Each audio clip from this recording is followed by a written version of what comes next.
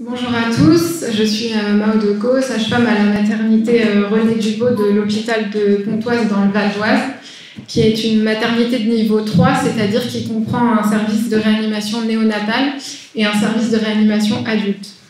Travailler dans une maternité de niveau 3 implique donc de prendre en charge régulièrement des grossesses pathologiques, que ce soit sur le plan obstétrical autant que sur le plan psychique. Le diplôme de sage-femme s'obtient après 5 années d'études, bientôt 6, dont une licence LAS ou PASS de 1 à 3 ans et 4 années d'études au sein d'une école de sage-femme. En sortie d'école, une sage-femme est prête à prendre en charge une grossesse pathologique sur le plan obstétrical, mais la formation sur le plan psychique reste très superficielle et théorique. Malheureusement, les sages-femmes apprennent à prendre en charge ces patientes sur le tas, ce qui est préjudiciable pour elles, mais surtout pour les futures mères. Plus loin. Je me rappelle encore de ma première prise en charge, 15 jours après avoir été diplômée, d'une patiente qui présentait une grossesse arrêtée vers 4 mois de grossesse, qui était en salle de naissance pour accoucher et où l'on m'a dit « Vas-y le plus vite possible après le diplôme parce qu'après ça te fera encore plus peur ». Évidemment, mes collègues ont été bienveillantes et m'ont aidée pour tout ce qui était administratif ou prise en charge du corps du bébé décédé. Mais devant ce couple, je me suis sentie seule, apeurée et clairement pas à ma place de soignante. Le problème étant que dans mes études, je n'avais jamais été confrontée à prendre en charge des situations délicates comme des suivis de patientes avec une mort fétale in utero ou une interruption médicale de grossesse, car il est souvent dit qu'ajouter une étudiante dans ce genre de situation est délicat, alors que c'est exactement l'inverse qui l'est, car comment bien accompagner ces couples si l'on n'a pas été formé à cela ? La portée des mots en maternité ne m'est apparue de suite dans mon exercice hospitalier. Il aura fallu que je débute une psychanalyse pour me rendre compte de l'importance de ces derniers. La psychanalyse a énormément changé la façon dont j'exerce mon métier de sage-femme, alors même que cela n'a jamais été une raison de mon arrivée sur le divan. Je suis donc ravie aujourd'hui de pouvoir illustrer la portée des mots, MOTS/mots, MAUX, en maternité, autour de plusieurs situations cliniques qui seront articulées en fonction de la temporalité de la grossesse, c'est-à-dire en antépartum, lors d'une hospitalisation dans le service des grossesses pathologiques ou lors de consultations de suivi de grossesse, lors de l'accouchement en salle de naissance et enfin en postpartum lors du séjour en suite de couche. Donc la première situation clinique, c'est en antépartum dans le service des grossesses pathologiques. Donc Madame D, elle était hospitalisée dans le service des grossesses pathologiques pour un retard de croissance intra-utérin sévère à 27 semaines d'aménorrhée, donc ce qui fait environ 6 mois de grossesse. Madame D était une jeune femme mineure de 16 ans, originaire de Guyane, qui avait été envoyée en métropole par ses parents pour cacher sa grossesse honteuse. Elle était hébergée chez sa sœur qui la maltraitait et la violentait physiquement. Madame D était une patiente exemplaire, toujours souriante et de bonne humeur, malgré les 3 monitorings par jour imposés par la complexité de sa grossesse. Du fait de sa très longue hospitalisation, les soignants du service avaient réussi à créer un lien avec cette jeune femme qui nous faisait confiance. Nous savions que la finalité de cette grossesse était une césarienne lorsque le bébé commencerait à montrer des signes de fatigue, c'est-à-dire des ralentissements cardiaques.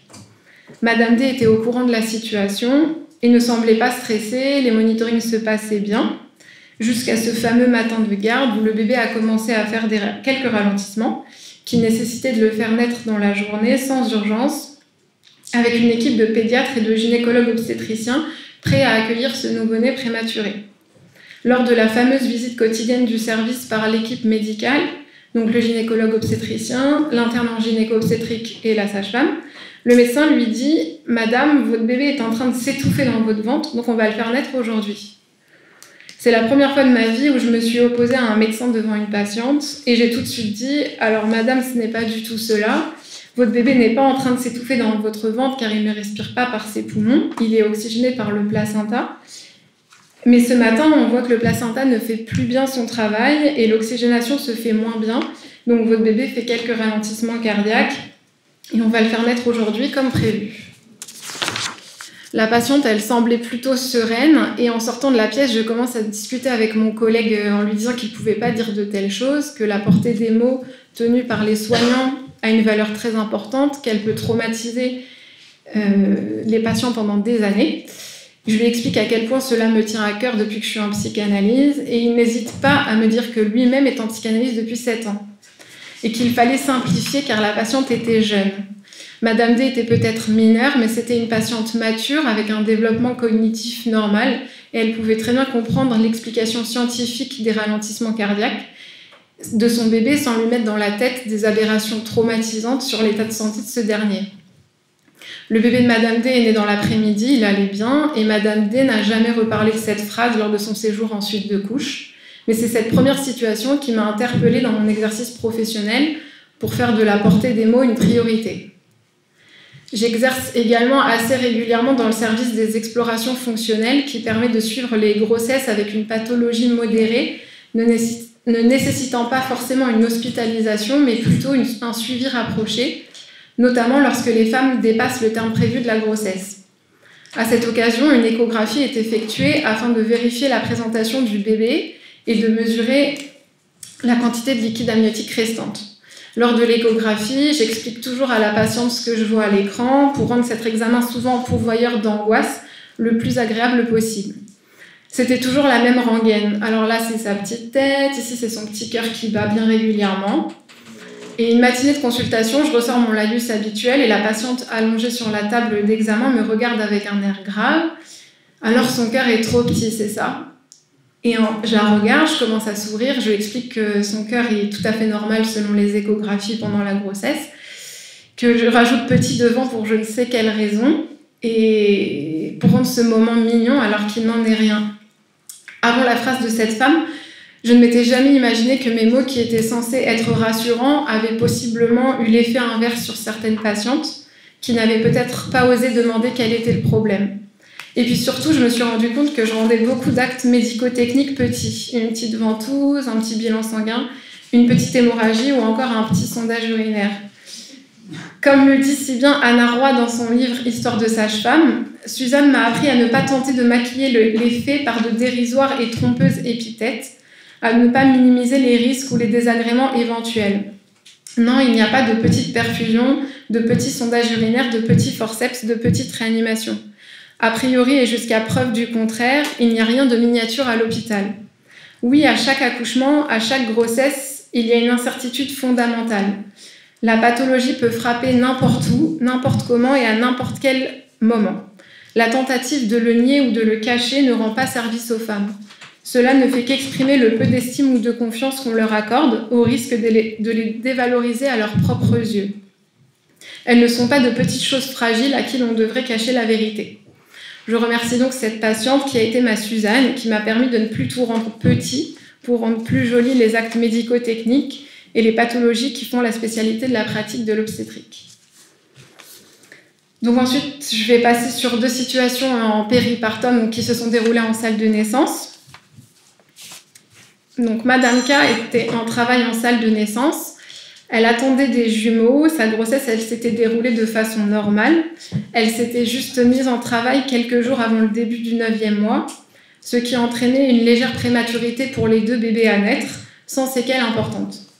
Elle était accompagnée par sa mère lors de son accouchement et semblait plutôt sereine pendant le travail. Je lui avais expliqué que lors de l'accouchement de jumeaux, un nombre important de soignants sont présents dans la pièce.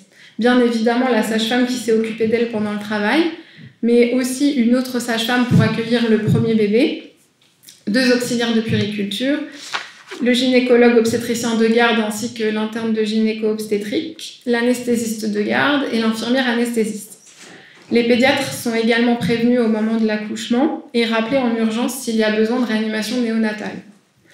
Le travail, il s'est déroulé de façon relativement rapide. Madame K, elle bénéficie d'une anesthésie péridurale qui est plutôt recommandée lors d'accouchements multiples. Puis vient le moment de débuter l'accouchement, c'est-à-dire les efforts expulsifs.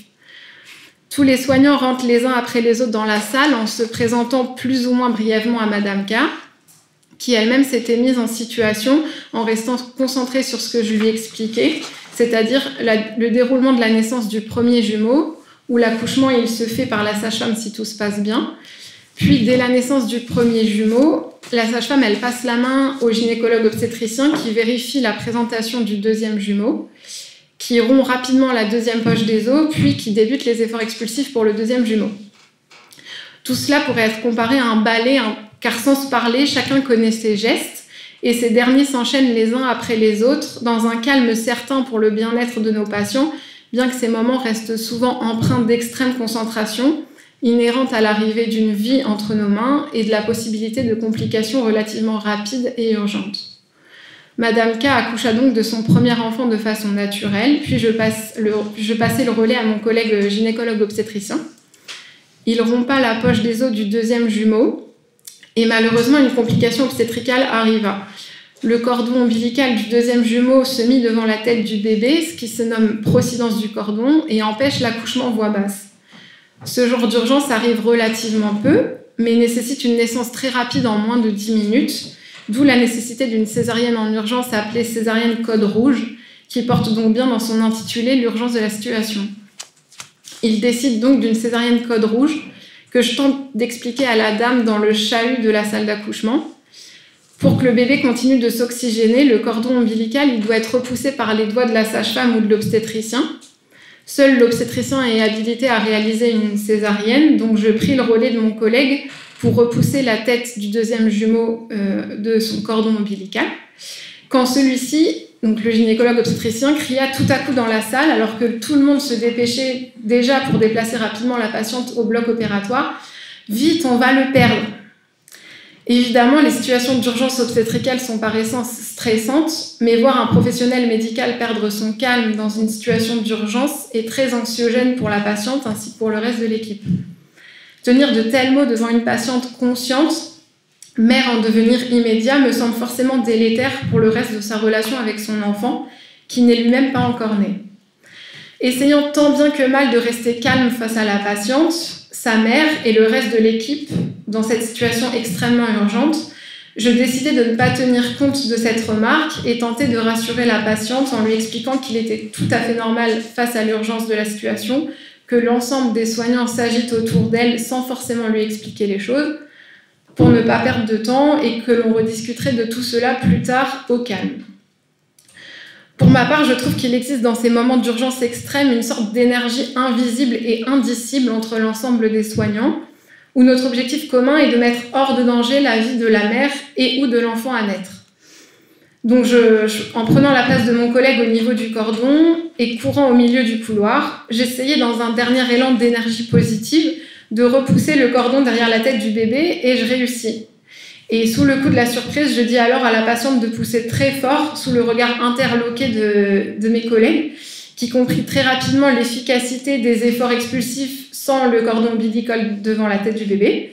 Et donc nous repartîmes à toute allure dans la salle de naissance pour que l'obstétricien pose des spatules et puisse faire naître le plus rapidement possible le deuxième jumeau.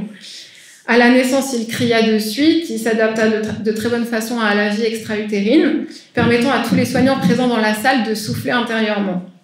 Le reste de l'accouchement se déroula sans encombre après cette décharge d'adrénaline et je repris avec la patiente rapidement le déroulé des événements avant que celle-ci ne remonte dans sa chambre, sans lui rappeler la phrase choc. Elle ne m'en parla pas d'elle-même, je la laissai donc somnoler et lui proposa de repasser la garde suivante, c'est-à-dire 2 jours après, pour rediscuter de cet accouchement un peu rocambolesque à tête reposée. Donc lorsque j'arrive en salle de naissance la garde d'après, mes collègues m'informent que la patiente qui avait accouché de jumeaux la dernière nuit nous a offert des gâteaux pour nous remercier. J'en reste un peu sans voix, vu mon appréciation plutôt moyenne de la prise en charge humaine et psycho-affective de cet accouchement. Et comme promis à la fin de ma garde, je monte la voir en suite de couches, elle m'accueille toute pomponnée, je reprends avec elle le vécu de son accouchement, sans y ajouter mon vécu professionnel assez négatif. Et dans son discours, je ne ressens pas réellement de stress ni de traumatisme par rapport à la phrase tenue par l'obstétricien. Elle semble assez ravie de son accouchement et surtout, elle finit par me dire cette phrase que je ne suis pas prête d'oublier.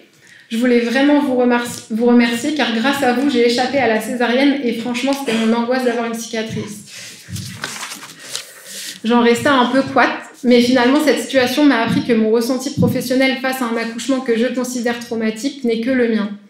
Peut-être que cette patiente dans le chahut de la gestion de l'urgence obstétricale n'a pas entendu la phrase, ou bien qu'elle n'a simplement pas associé autant d'angoisse que moi à la portée de ces mots. Il arrive assez fréquemment d'ailleurs que des patientes nous évoquent un antécédent d'accouchement traumatisant pour elles, alors que de notre point de vue obstétrical, tout s'est bien passé, et à l'inverse, des patientes avec un accouchement compliqué obstétricalement parlant en gardent un très bon souvenir. Je pense que la clé se trouve dans la relation de confiance qu'elles bâtissent avec le ou la professionnelle de santé en face d'elles et la sensation d'avoir été écoutée, entendue et comprise. La deuxième situation qui m'a interpellée en salle de naissance, elle s'est déroulée il y a seulement quelques semaines. Madame T avait été déclenchée à terme dépassé pour rythme cardiaque fœtal suspect lors de sa consultation aux explorations fonctionnelles. Une grossesse, elle dure théoriquement 41 semaines d'aménorrhée, mais environ 15 à 20% des patientes dépassent le terme théorique sans pathologie associée. Dans notre maternité, elles sont convoquées le jour du terme pour un enregistrement du rythme cardiaque du bébé et une échographie pour mesurer la quantité de liquide amniotique. Si tout est normal, elles sont surveillées de la même façon toutes les 48 heures et sont déclenchées le 5e jour. J'avais donc rencontré Madame T lors de sa consultation de terme aux explorations fonctionnelles et lorsque je la retrouve en déclenchement en salle de naissance, je décide de reprendre son dossier car il est toujours plus agréable pour la sage-femme comme pour la patiente de passer 12 heures de garde avec un visage connu. De plus, le courant était bien passé avec Madame T lors de notre première rencontre et son dossier était assez spécial. Madame T, elle avait été opérée 4 ans plus tôt d'un cancer du sein, puis traitée par chimiothérapie, puis radiothérapie. Sur le plan oncologique, elle était stable et bénéficiait seulement d'un suivi rapproché. Un bébé après un cancer, c'était quand même un sacré pied de nez à la maladie. Mais ce bébé fait des siennes pendant le déclenchement et son rythme cardiaque note régulièrement des ralentissements. Donc je décide d'un commun accord avec l'obstétricienne de garde d'accélérer le déclenchement en posant une péridurale et de rompre artificiellement la poche des os. Le déclenchement avance plutôt rapidement. Madame T et son mari avaient compris les raisons de l'accélération du déclenchement et semblaient plutôt sereins malgré la situation considérée stressante. Mais le bébé de Madame T faisait des ralentissements de plus en plus profonds et rapprochés, donc les médecins décident de faire une césarienne en urgence pour anomalie du rythme cardiaque fœtal à 7 cm de dilatation. À l'annonce de la décision de la césarienne, et particulièrement du départ au bloc opératoire, le visage de Madame T se ferma brusquement. Elle, qui depuis le début était souriante, détourna le regard, pleura et ne voulait plus rentrer en contact avec le reste de l'équipe qui était venue m'aider à la préparer pour la césarienne. Mes collègues essayent de la rassurer gentiment en lui disant que ce n'est pas grave, la césarienne, que plein de femmes accouchent comme cela, que le plus important c'est que sa fille elle soit en bonne santé, mais elle ne réagissait pas ou très peu. Son mari était resté un peu à l'écart lors de la préparation rapide pour la césarienne en urgence, mais je voyais bien qu'il était aussi déboussolé qu'elle. Avant de quitter la salle de naissance et de partir au bloc opératoire en laissant son mari avec mes collègues, je décide d'intervenir en l'appelant par son prénom, ce que j'aime bien faire avec mes patientes dans les moments clés comme les efforts expulsifs ou les situations d'urgence pour les remotiver. Je lui explique qu'elle a le droit d'avoir peur. Que pour elle, évidemment, le bloc opératoire jusque-là, c'était le cancer et toutes les angoisses que cela avait impliquées. Qu'évidemment, elle aurait préféré que l'arrivée de sa fille ne passe pas par cet endroit, mais que nous n'avions pas le choix et que peut-être cette situation lui permettra de se réconcilier avec le bloc opératoire afin de ne pas y voir que du négatif. Sur le moment, je n'ai pas eu l'impression que cela l'avait beaucoup aidée. La petite est née rapidement, elle s'est tout de suite bien adaptée à la vie extra-utérine. Elle a même pu faire du pot à pot avec sa mère au bloc opératoire pendant quelques minutes. Je la présente par la suite à son père, puis l'examine et la surveille le temps que sa mère remonte dans la chambre de suite de couche. En partant, le mari de Madame T vient me remercier pour tout, mais surtout d'avoir osé parler du cancer de sa femme sans tabou lors de la naissance de sa fille. Car comme il m'a dit, on avait l'impression que personne ne voulait parler du cancer de ma femme lors de sa grossesse, comme s'il n'avait pas existé alors qu'il a fait partie de notre vie et qu'il a aussi fait ce que nous sommes. Merci d'avoir essayé de la rassurer lors de son départ au bloc opératoire en disant les choses, car évidemment pour elle, le bloc c'était son cancer, et j'espère que la naissance de notre fille par césarienne pourra l'aider à voir cet endroit d'une plus belle façon. Parfois, les mots des patients, je suppose comme vous, valent tous nos efforts. Et enfin, le postpartum. Donc, il y a deux situations qui se déroulent en postpartum et on peut aussi avoir du postpartum en grossesse pathologique. Et la première situation, c'est ce cas-là. Donc, je crois déjà que le postpartum mériterait à lui seul une journée d'études. Cependant, je vais vous exposer deux situations qui m'ont particulièrement touchée dans mon exercice de sage-femme. La première, elle s'est déroulée dans le service des grossesses pathologiques, car en plus d'y accueillir les patientes qui présentent une pathologie obstétricale pendant leur grossesse, On y hospitalise aussi les patientes qui ont accouché prématurément d'un enfant vivant, ainsi que les patientes ayant accouché après une fausse couche tardive, une interruption médicale de grossesse ou une mort fœtale in utero. Madame G, elle avait été hospitalisée dans le service des grossesses pathologiques dans le cadre d'une IMG à 36 semaines d'aménorrhée, ce qui fait quasiment 9 mois de grossesse, pour une anomalie génétique majeure engendrant un retard mental certain, où la demande d'IMG avait été acceptée. Les IMG sont des situations déjà compliquées à vivre pour les couples, d'autant plus quand le terme est avancé. Madame G avait déjà un premier enfant vivant et avait donc accouché presque à son terme prévu de son enfant né sans vie. Cette situation, elle s'est déroulée dans un moment difficile pour le service des grossesses pathologiques, car en théorie, une psychologue est détachée au service. Or, à ce moment-là, il n'y avait plus de psychologue, et donc toutes les patientes qui souhaitaient rencontrer la psychologue pendant leur hospitalisation ou qui sortaient d'hospitalisation après avoir vécu un deuil périnatal étaient invitées, si elles le souhaitaient, à contacter des psychologues libéraux par manque de personnel hospitalier. C'est un autre débat dans lequel je ne vais pas rentrer aujourd'hui, qui fut compliqué à gérer au sein de la maternité. L'accouchement de Madame G, il s'était obstétricalement bien passé. Je ne pourrais vous dire si elle avait ou non rencontré son enfant né sans vie avant de remonter dans sa chambre. Lors des situations de deuil périnatal, les patientes souhaitent sortir le plus rapidement possible. Donc le lendemain de son accouchement, je l'examine pour sa sortie. Sur le plan clinique, l'examen était normal et je lui donne ses ordonnances pour le retour à domicile. Je lui avais évidemment demandé en commençant comment elle allait, sans forcément creuser car je ne prétends pas avoir le bagage clinique d'une psychologue. Sa réponse avait été adaptée à la situation et je lui avais donné les coordonnées des psychologues libéraux.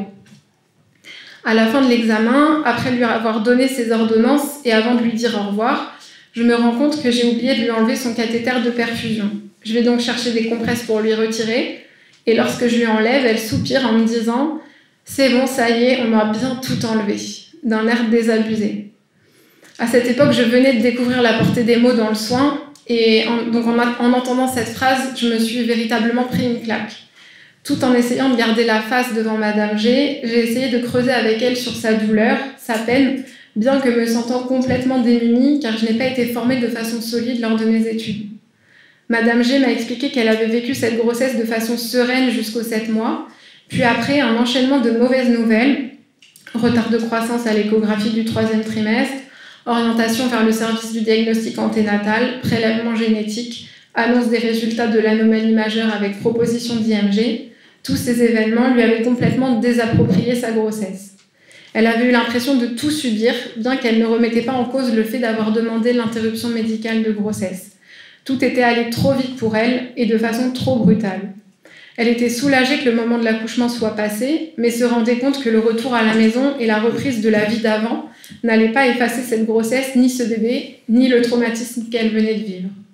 Je ne pouvais pas la laisser sortir avec la liste des psychologues libéraux des villes alentours que je ne connaissais pas et dont j'ignorais la qualité de leur travail. Dans l'urgence, je lui avais donné les coordonnées de Madame Rakoto-Assitera, qui était ma référence dans le secteur. Cette situation m'a mise en grande difficulté et c'est pour cela que j'ai essayé de monter un projet de sensibilisation à la portée des mots au sein de la maternité dans laquelle je travaille, qui n'a pas abouti. Évidemment, lorsque Madame Nemraoui m'a proposé de participer à cette journée d'études, j'étais très motivée d'apporter mon témoignage. J'espère que les quelques mots posés avec moi lui ont permis d'amorcer le chemin de son deuil périnatal, mais il est vrai que les patientes confrontées à ces traumatismes devraient être bien mieux accompagnées par le système de santé, bien que nous ayons la chance au sein de la maternité de Pontoise d'avoir un groupe de parole autour du deuil périnatal, animé par une psychologue et une sage-femme, qui aide beaucoup les patientes selon elle lorsque nous les revoyons lors des grossesses d'après. Le dernier cas clinique n'est pas dédié à une situation d'une patiente en particulier, mais à une phrase dite très régulièrement par les soignants en postpartum. « Mais madame, pourquoi vous pleurez? Tout va bien ?» La négation du bouleversement physique et psychique de la mère dans les suites de l'accouchement que cette phrase implique n'est pourvoyeuse que de culpabilité envers cette nouvelle mère. Cependant, les conditions d'exercice de l'hôpital public nous privent de temps et de moyens, ce qui finit par se ressentir sur la prise en charge du couple mère-enfant en suite de couche. Dans la maternité de Pontoise, par exemple, la sage-femme doit s'occuper de 16 couples mère-enfant la journée si son service est plein, voire plus si des patientes sortent et d'autres arrivent. On est 2 sages-femmes de garde la journée, 32 couples mère-enfant la nuit, une seule sage-femme de garde la nuit. Clairement, en 12 heures de garde, avec toutes les tâches imposées, notamment les tâches administratives, la sage-femme n'a pas le temps de discuter réellement avec la patiente pour évaluer son état psychique. Combien de femmes ont dû être envoyées à la maison sans que l'on se soucie réellement de ce qu'elles ont vécu et comment elles l'ont traversé? Et je ne jette la pierre à personne, car moi-même, il m'est arrivé de dire cette phrase avant d'en analyser la portée.